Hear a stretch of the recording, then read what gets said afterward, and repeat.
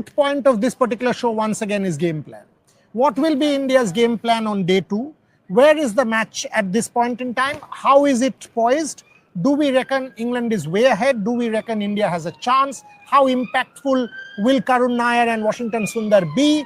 What is the point of the old ball? Will that help India? Chris Woakes' injury, how bad or how serious can that be for England? So plenty of things to talk about to kind of sum it up and move forward to day 2. It automatically becomes imperative, Gargi, to bring in Chris Woakes' injury when I think of India's game plan. How much do you think that can impact 16 overs left to the new ball? You have a Gus Atkinson, you have a Jamie Overton, you have a Josh Tongue. That's not an attack to be fearful of. And you have the two part-timers in Bethel and Root. Without Chris Woakes, do you reckon England can finish India under 260, 270? 260, 270. I think because Gus Atkinson in that press conference yesterday made it pretty clear and said that, we want to bundle out India for under 240. Now, if they are able to do that, that will be good on England. But I don't think they have the caliber without Chris Woakes to do that. Because really, when you look at the start of the day yesterday, it was Gus Atkinson from one end and Chris Woakes from the other. When they were bowling in tandem, that was the only period when it felt like there was some pressure on India. Apart from that, you look at a Jamie Overton, you look at a Josh Tongue. Josh Tongue has not been penetrative at all throughout the series. You know that about him. You knew that he was the weak link. If you want to go after a bowler, it's Josh Tongue. But Jamie Overton, once again, I think he's in that team because he gives you some pace, that 85 plus miles per hour plus type of fast bowling.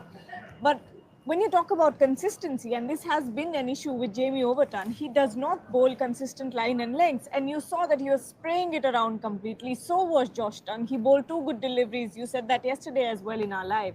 He bowled 2 good deliveries and he got wickets out of it. Ravindra Jadeja, Sai Sudarshan. Without a Chris Woakes, will you see the same sort of pressure on the Indian batting? I don't think so. And this ball is old. Yes, the conditions will give you a little bit of swing. Jamie Overton was getting movement. But does that mean that Karun Nair, who is out there, who is settled, who will have to start once again, Washington Sundar, who has shown incredible mettle throughout this series, will be threatened by an Overton, Josh Tongue and Bethel and Root attack? I don't think so. Let me qualify that a bit more. 1, Karun Nair and Washington Sundar are both capable of playing the new ball. Yes. One is a number 3 batter, and you have seen Washington Sundar negate the new ball in Manchester. Park it. 2, the point that she made about Josh Tongue and Jamie Overton. The one word that you must keep in mind is consistency. Because you might bowl 3 good balls. This is like Prasidh Krishna. This is much like Prasidh Krishna, that you bowl 3 really good balls and then all of a sudden there is that 1 loose ball which goes for 4. That's when the pressure is released. And Josh Tongue and Jamie Overton will inevitably do that. And India will have opportunities to get those runs because they will give you 1 loose ball here, 1 loose ball there, and you can make merry. So my point is that 240 that Atkinson is talking about can just become difficult if one of these 2 batters continue with the tail and start farming strike with the tail. I think India can get to 270, 275. If India gets to 270, 275, and the point that Gargi was making about the ball moving, I thought all bowlers moved the ball. Yeah. Every bowler got movement out of that pitch, and the ball, despite being 25, 30, 35, 40, 45, 50 overs old, the ball kept moving. That is the biggest plus of this oval wicket. This is a wicket, finally, we are seeing real English conditions with the ball moving all day. Challenging wicket. A 275 will be as much as a 400 runs on any other wicket. So, India, game plan, 16 overs, 3 runs and over, 50 runs. You are close to 255. Then you can think we will get to 275. Do not lose your wicket to the old ball. What will be Karun Nair and Washington Sundar's approach, you reckon, tomorrow morning, or rather today in a couple of hours? I don't see why it has to be anything different than what they've done yesterday. A slightly more positive intent with the older ball in the last 10? Maybe, but then I think that India, and I buy the point of India wanting to go for an aggressive approach, or fans or people wanting them to go a little bit aggressive, but then I also think you only have 2 wickets to spare. If you lose those two wickets and it will take 2 good deliveries or 2 moments of luck not going your way or anything like that, and you're done. and you need to make sure that you're over that 270, 280 run mark, which will be difficult at this point because 17 overs to go for the new ball. Ball is moving even with the old ball, even with the soft Duke's ball. So I would say just keep doing what you're doing. Conventional cricket is the way to go here. If Conventional batting. if England goes with Bethel or Root, Then attack. you can. Then you can. Because the moment you go with Bethel or Root with a softish old ball to try and get as close to as quickly to that new ball, even if it is a couple of overs, those couple of overs can fetch you 15, 17 runs. You should try and attack the spinner. You must attack the spinner, whether it is a Root, whether it is a Bethel, on a wicket where there will not be much assistance. You must make the most of those 2, 3, whatever number of overs you have and attack England. Your assessment of all, when you say game plan, I thought Ollie Pope let the game drift quite a few times. Your assessment of Ollie Pope, I thought, for example, when Karun Nair was nearing his 50, I thought this was not proactive captaincy. Your assessment of Pope? Yeah, I think obviously you're going to see that huge gap in captaincy when only a match ago you had a Ben Stokes on that field. You're going to see a massive difference, and you saw it. It was very evident. Ollie Pope was nowhere near as intense as a Ben Stokes. He was nowhere near as proactive as a Ben Stokes. You know, when Ben Stokes is on that field, you see his proactiveness with the field set. You see the proactiveness with the kind of ploys that he sets for the batters. You did not see that happening with Ollie Pope, and especially when Karun Nair was nearing that 50, he was struggling against Overton and Josh Tongue from the other end. That's when you had to strike. That's when you had to do something different, preemptive or proactive to get that wicket. I think there was a chance there, but it did not happen. Ollie Pope also, missed a fielding. So I think pressure is also on Ollie Pope at this point to perform well, because now you don't have a Chris Woakes in the team. You asked me that. I mean, now that you mentioned that, Yeah. let me ask you that counterpoint. Fast forward, India's second innings, no Woakes. How important? Very important, because look, the bowling attack that you have, all of you are saying ki ye kaise selection kar liya, ye wo. This is the team that won you Edgbaston. As in, this is the bowling lineup that won you Edgbaston. So I don't understand there's so much doubt is coming from. You've got a Prasidh Krishna. I think he will extract some good bounce off this wicket. There's a lot of juice for Prasidh Krishna here. Akash Deep, he will, with the kind This of is his movement wicket. that you're getting, this is Akash Deep's wicket. This is his time to shine. Mohammad Siraj, you know he will put his heart and soul in. It's about consistency for Mohammad Siraj. Otherwise, you know that he bowls brilliantly. So if you've got these three bowlers, I think you've done it. Prasidh Krishna needs to be consistent. That's the only thing. Otherwise, you know he has that bounce. You know he's going to make, once he gets that bounce and is bowling into the body, he will make the batters uncomfortable. And when you now compare English bowling lineup to the Indian bowling lineup, I think India looks far stronger. That's the last statement is what I think is the real statement there, that without Chris Woakes, this becomes half an attack. Yeah. You know, a Josh Tongue, a Jamie Overton and a Gus Atkinson with the two part-timers in the Indian second innings will not have impact.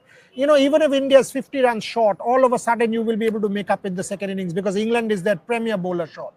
The premier bowler down, and by the way, Chris Woakes is not just a bowler, he's an all-rounder and he can get some real handy runs. And we've seen that happen multiple times, you know, with Chris Woakes in the past as well. He can be really handy with the bat. That is a big blow for England. Much like India had with Rishabh Pant, this is a massive blow for England without Chris Woakes. So that kind of evens it out as far as I'm concerned.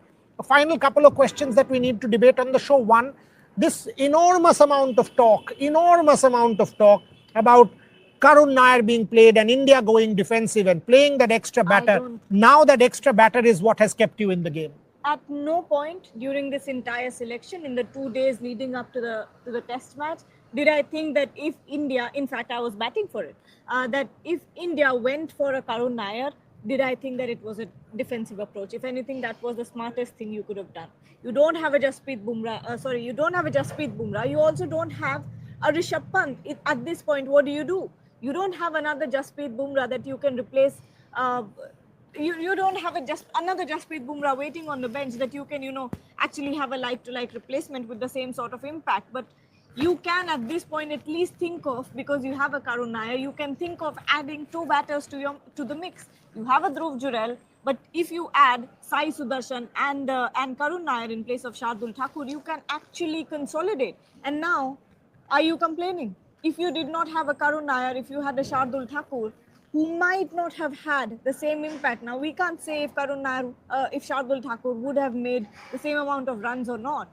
But are you not sort of at this point not happy? What's the word that I'm? Are you not satisfied that it's Karun Nair? That relieved that you have a that pure because of batter, this that batter. you have a pure batter coming in at number 5. I think I at no point did I think that this call was defensive. It was the smartest decision you could have made In hindsight, in the set of circumstances. Gautam Gambhir is well. Karun Nair kept India in the hunt. Yeah. Washington Sundar allowing you to say, can you get to 270, 275? Had it been a bowler at this point in time, you would not have said that.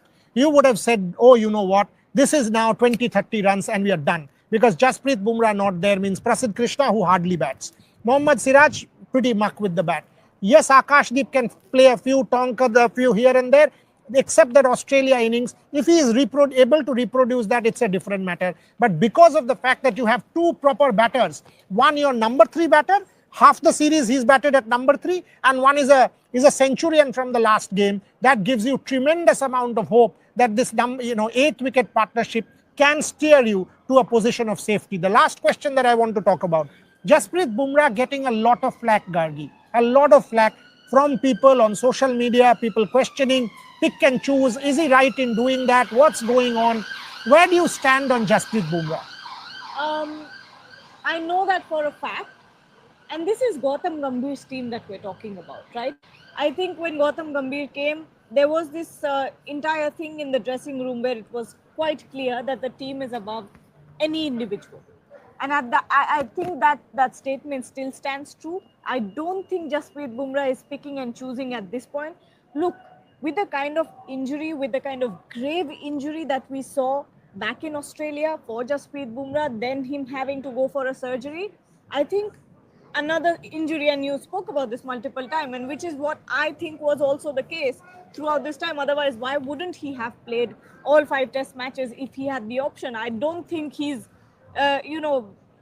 happy with the fact that he's not able to play a full series. Why would he be satisfied with something like that as an athlete?